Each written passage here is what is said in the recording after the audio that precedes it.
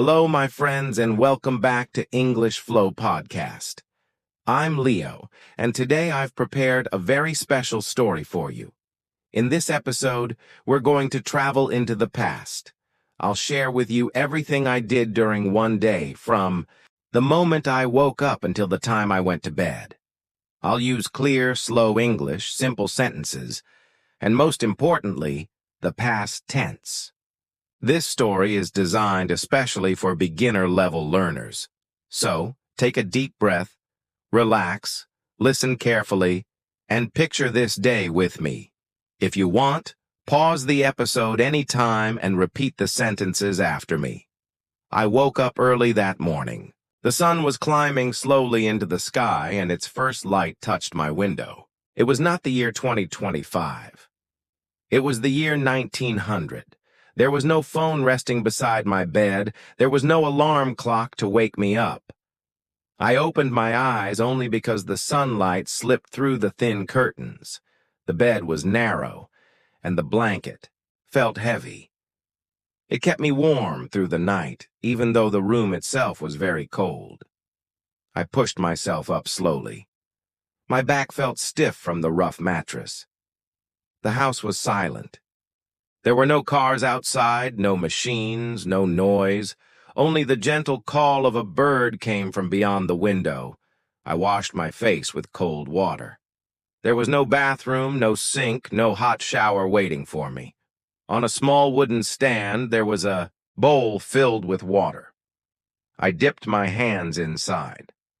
The water was freezing, and it made me shiver. I splashed it across my face. It woke me up, but it also made me colder. Then I got dressed. I did not put on jeans or a t-shirt.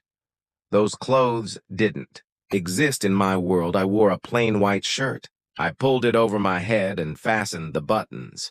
I put on my brown trousers. The fabric was thick and strong. On my feet, I laced up heavy boots. The clothes weren't new. They had tiny holes and worn stitches, but they were durable.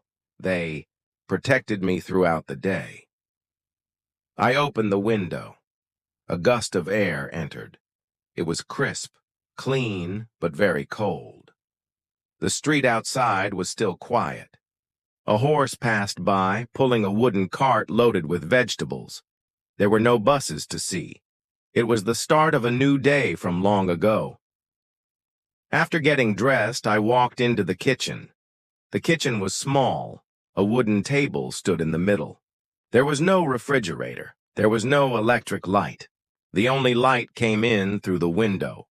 On the table sat bread, butter, and a jug of milk. The bread was dark and hard. It had been baked the day before. The butter was smooth but a little salty. The milk was fresh from the cow. I sat down, and my family joined me. We did not have enough plates for everyone. We shared. I cut a slice of bread. I spread butter across it with a small knife. The butter melted slowly because the bread was still slightly warm. I drank a cup of milk. It was thick and creamy. It tasted different from the milk we drink today. It was natural, without sugar. My father ate in silence. He had worked late the night before. My younger sister chewed her bread slowly. She looked at me and smiled. The room was plain, but our togetherness made it feel warm. Music. After breakfast, I stepped outside. I put on my coat because the air was cold. I said goodbye to my family and started walking. The road was made of stone. My boots echoed loudly with every step. I did not board a bus. I did not drive a car. There were no buses. There were no cars. I walked. I always walked. On the way, I noticed a woman sweeping her front step with a broom. I saw a boy carrying a bucket of water from the well. Two older men sat on a bench, talking slowly together. The morning air was fresh. The smell of bread drifted from the bakery. The smell of horses drifted from the street. I walked for half an hour. The factory stood at the edge of the town. When I reached it, I saw many other workers going inside. The factory was large. Its walls were stained with smoke. Inside, the machines were roaring. They made a heavy, endless noise. The air was thick with dust. Breathing was difficult. I worked alongside many men. Some carried wood. Some hammered metal. Some pushed carts back and forth. I carried boxes and lifted heavy pieces of timber.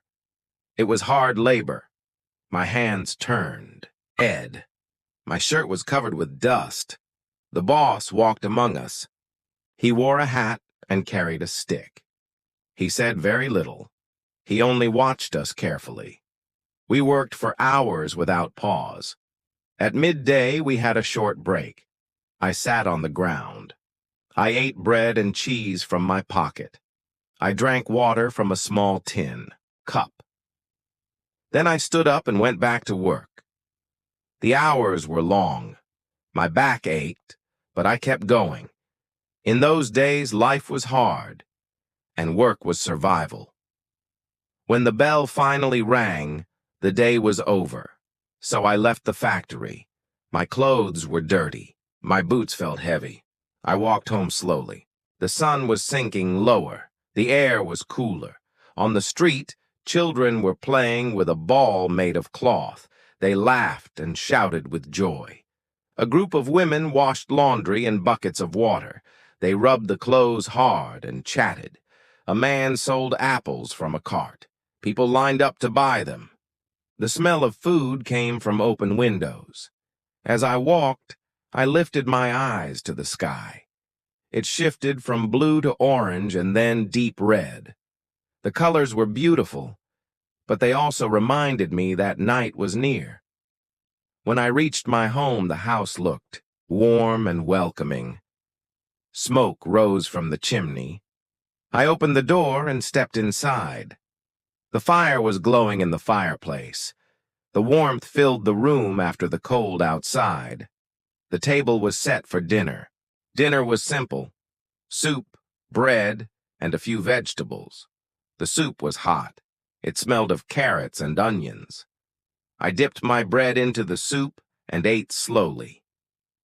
My family sat around me. We talked about our day. My father shared about his work. My mother spoke about the house. We laughed sometimes, even though we were tired. After dinner, we stayed together. There was no television. There was no radio. We talked. We shared stories. My father told us about his childhood. He used his hands to show us how he played in the fields long ago. My little sister played with her doll. My brother polished his boots for the next day. The fire popped in the fireplace. The candle gave light. Shadows danced slowly on the wall. Later, the house grew quiet. The fire grew smaller. The candle grew shorter. We all began to feel sleepy. I went into my room. The bed was small, and the blanket was heavy. I pulled it over me and felt warm again. Outside, the night was silent. There were no cars, no engines, only the sound of the wind. I closed my eyes and thought about the day. It was not an easy life, but it was a true life. A day from the past, a day filled with family, food, and simple work, and then I drifted into sleep. Okay, my friends, that was my story. My day in the past. It wasn't fast. It wasn't modern. It was simple, tough, and quiet. Thank you so much for listening to English Flow Podcast. I hope this story helped you. Practice the past tense. Until next time, keep learning, keep practicing, and keep believing in yourself. Bye for now.